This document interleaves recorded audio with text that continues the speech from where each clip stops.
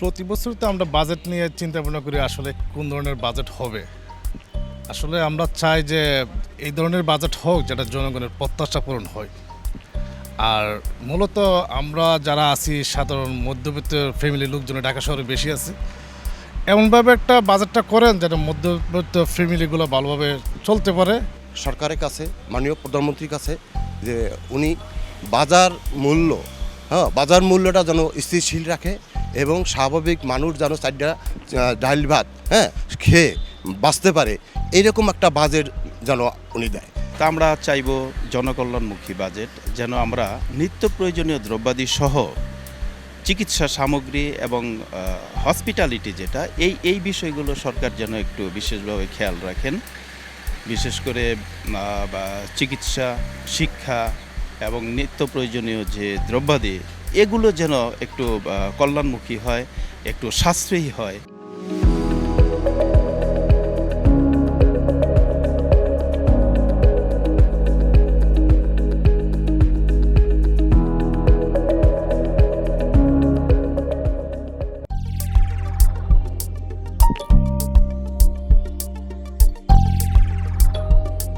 আমাদের বাজেট হলেও মনে করেন যে আমরা 20-25 হাজার টাকা মাসে বেতন পাই। মনে করেন যে চাউলের দাম যদি, ডাউলের দাম অথবা তেলের দাম এটি যদি মনে করেন যে বাড়াই দেয়, তাহলে তো আঙ্গুরে কিনা মনে করেন যে অনেক সমস্যা হয়ে যায়। যদি মনে করেন যে নিয়ন্ত্রণে থাকে যাতে আমরা চলে ফিরে খাইতে পারি, কে লাগে ধনী তো যারা ধনী ওগুলো যদি কেজিতে 5 টাকাও বাড়ে ওগুলো কোনো সমস্যা হয় না। আঙ্গুরে যদি কেজিতে 58 বাড়ে এরপরও আমাদের সমস্যা হয়ে যায়।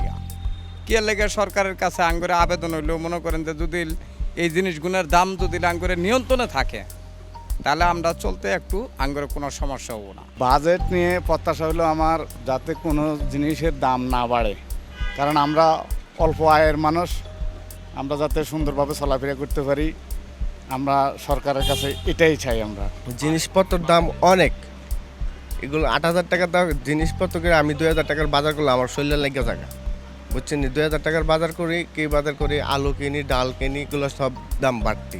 মাছ কিনবো, মাছ 300 সাড়ে 300 কেজি, এগুলো কেমনে কিনবো? কারণ 8,000 টাকার বেতনে কি পুষে? আমগো রেস্টুরেন্টে কাজ করলে তো মনে করেন মাসে একটা বেতন পাওয়া যায়, একটা অ্যামাউন্ট থাকে আমাদের, এই অ্যামাউন্টটা তো আমাদের চলে না। সরকার এদিকে একটু গুরুত্ব দিলে ভালো হয়।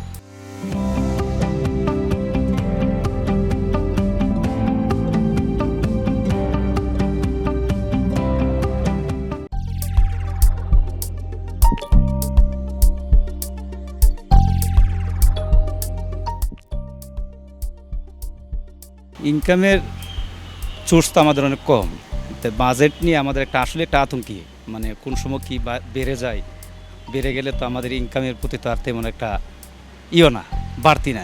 এই কারণে আমাদের একটা বৈভিত্তি কাজ করে।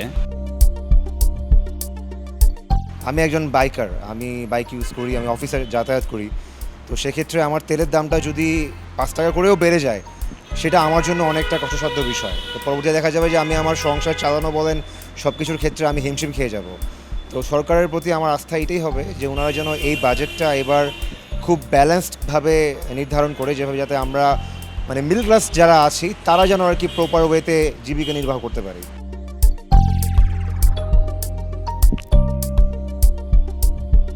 নতুন সরকারের কাছে নতুনভাবে নতুন চিন্তাভাবনা, নতুন আঙ্গিকে সরকার আসছে, নতুন দৃষ্টিভঙ্গি নিয়ে। তো সেই সরকারের কাছে আমার বিনীত আবেদন থাকবে, সরকার যেন দেশের সাধারণ মানুষের কল্যাণে বাজেট করে।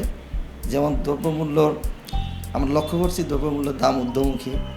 এর বাইরে উৎপাদনশীল খাতগুলোতে যে জিনিসগুলোর প্রয়োজন হয়, যেমন বিদ্যুৎ, গ্যাস, এইগুলোর দাম এবং তেলের দাম, এইগুলোর দাম যেন একটা সহনশীল পর্যায়ে রাখে, যাতে উৎপাদন খরচ কম হলেই দ্রব্যমূল্যের দামটা কম হয়, মানুষের ক্রয় ক্ষমতার মধ্যে থাকবে।